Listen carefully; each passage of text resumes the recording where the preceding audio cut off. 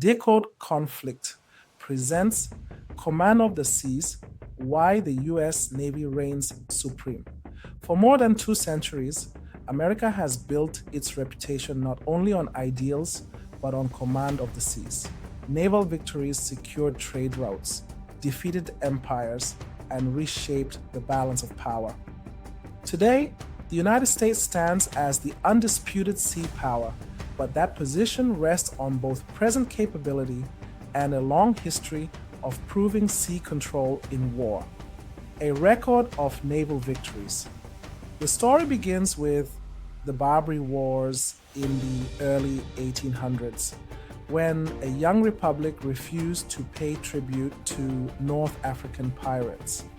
American warships and marines fought to the shores of Tripoli, establishing the principle that the U.S. would defend its commerce abroad. During the Civil War, the Union Navy imposed a blockade that strangled the Confederacy's economy. The clash of ironclads like USS Monitor heralded a new age of naval warfare. Victory was not won by land battles alone, but by sea control that cut off the South from the world. By 1898, the Spanish-American War confirmed America's arrival as a global naval power. In Manila Bay and Santiago de Cuba, U.S. fleets destroyed Spain's squadrons in hours, seizing overseas territories and extending American reach into the Pacific and Caribbean. In the World Wars, American sea power proved decisive. In World War I, U.S. destroyers escorted convoys that neutralized Germany's U-boat threat. In World War II, the Pacific War against Japan showcased the ultimate value of carriers and submarines.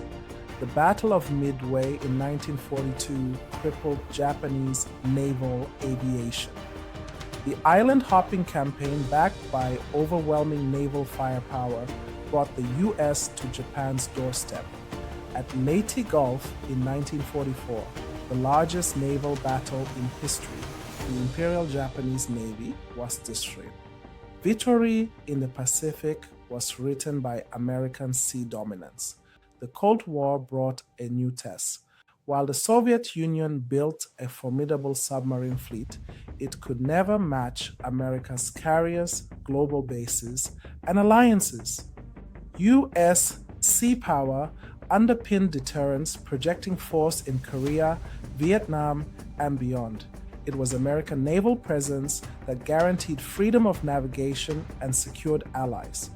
Even after the Cold War, the Gulf War of 1991 and the War on Terror showed the enduring value of sea power.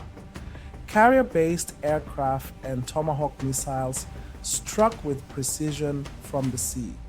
Afghanistan, a landlocked country, was bombed by jets launched from carriers hundreds of miles away. This mobility, independence, and reach are unmatched. The modern superiority today, the United States fields 11 nuclear-powered aircraft carriers, each a floating airbase. Its submarine force dominates the deep, ensuring both stealth strike and nuclear deterrence. Its logistics fleet allows indefinite operations far from home, and its alliances from NATO to Japan to Australia provide access to bases worldwide. No other nation has such an integrated global maritime posture. Why rivals have failed? Russia, once a naval competitor, has fallen into decay. Its only carrier, the Admiral Kuznetsov, has been plagued by breakdowns and fires. The Black Sea Fleet has been humiliated by Ukraine's missiles and drones. Russian submarines remain dangerous, but numbers and reach are limited. Moscow can menace its neighborhood, but it cannot project globally. China has built the world's largest navy by ship count, but size masks weakness. Its carriers are conventionally powered with limited range and untested air wings. Its logistics fleet cannot sustain operations far from its shores. With only one major overseas base in Djibouti, China lacks the network needed for true blue water presence. Quantity cannot substitute for experience, and Beijing's navy has yet to prove itself in high-intensity combat. The strategic implications. Sea power remains the foundation of global order. 90% of world trade moves by sea. Whoever commands the oceans commands the flow of goods, energy, and military forces.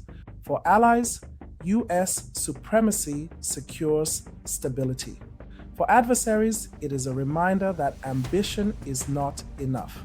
Conclusion.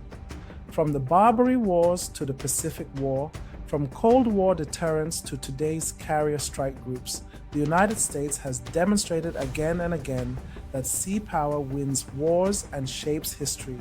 Russia's fleet has withered. China's navy remains shallow despite expansion.